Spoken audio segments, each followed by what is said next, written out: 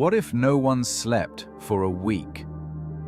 Welcome back to Perhaps Maybe, where we explore the quiet questions that keep the world strange. If you enjoy these thought experiments, consider subscribing. Now, what if sleep simply vanished for everyone for 7 days straight? What would happen if, just for 1 week, no human on Earth could sleep? Not because of stress or blue light or caffeine, but because something deeper had broken.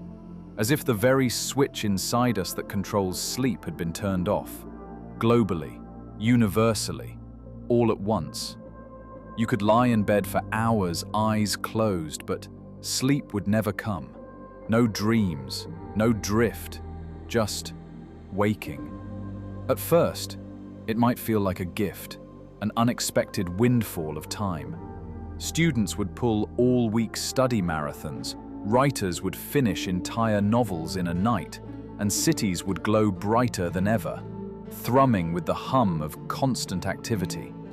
With an extra third of our lives returned to us, there'd be a brief sense of euphoria, an edge, a rush, like we had broken some ancient biological chain and could finally live at full speed. But that feeling wouldn't last, because sleep is not a delay, it's not downtime, it's repair. Inside our brains, sleep acts like a janitor. Every night, cerebrospinal fluid flushes through neural tissue, washing away toxic byproducts of mental activity, proteins, fragments, waste that accumulates while we think. One of those byproducts, beta amyloid, has been directly linked to neurodegenerative diseases, and without sleep, the cleanup never happens.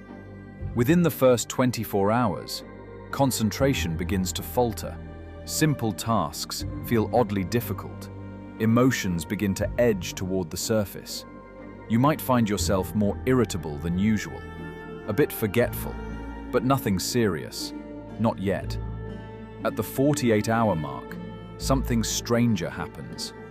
The prefrontal cortex, the part of your brain that handles logic, impulse control, and decision-making, begins to dim. Like a light on a dying battery, people start making reckless choices. You might see world leaders giving bizarre speeches, air traffic controllers missing crucial cues, arguments flaring over nothing.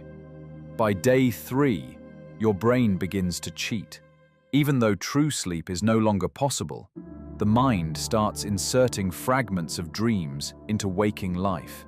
You might see shapes out of the corner of your eye, hear your name in a passing breeze. These are not full hallucinations. Not yet, but they're close. Scientists call them hypnagogic intrusions, normally part of the transition between waking and sleeping. In this new world, those transitions become unstable, leaking into the daylight. Day 4 is when reality begins to unravel. People would still look normal mostly. They'd walk, talk, smile, though perhaps a bit too wide or too long. But beneath the surface, the mind begins to fray. Some would slip into paranoia, others into silence. Microsleeps, those tiny, unnoticeable bursts of unconsciousness, usually offer a kind of emergency relief, but in this scenario, even those are gone. The switch is off. There is no safety valve.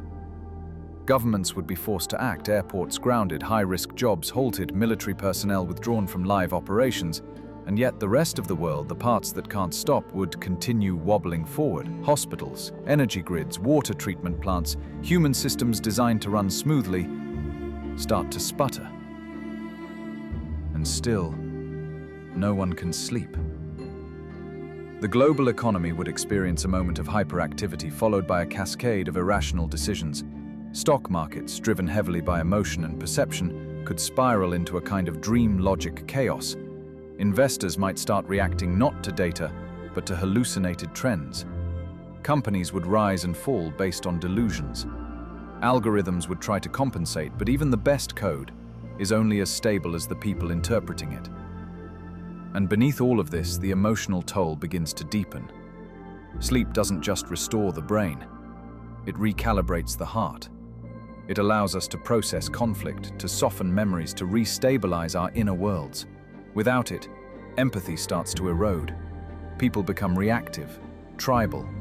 Every small annoyance becomes unbearable. Every relationship, whether romantic, political, or diplomatic, feels strained, fragile. And yet, amid the breakdown, something remarkable might emerge. There are moments, in extreme sleep deprivation, when creativity spikes.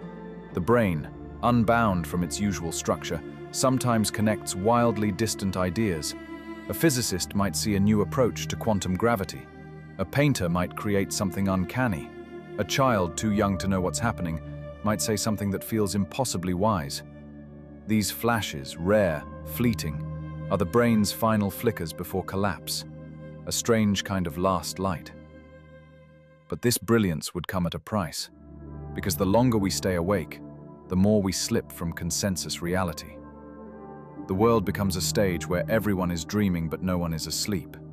Now imagine the seventh day.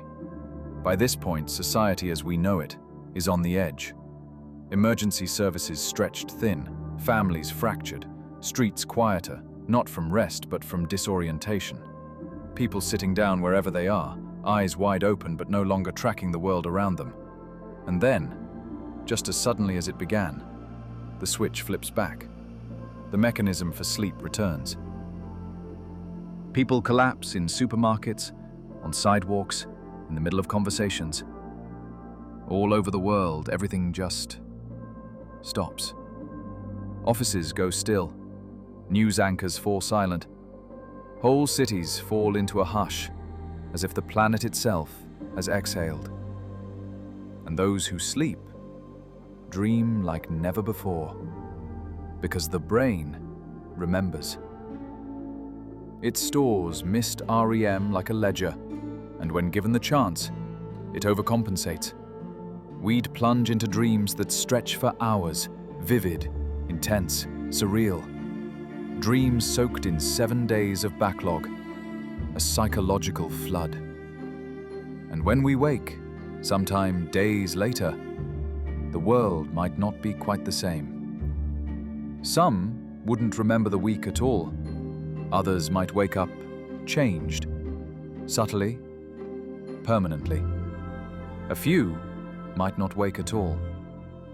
And we would ask ourselves, what was that? A global neurological event? A biological reset? A warning? Or something else?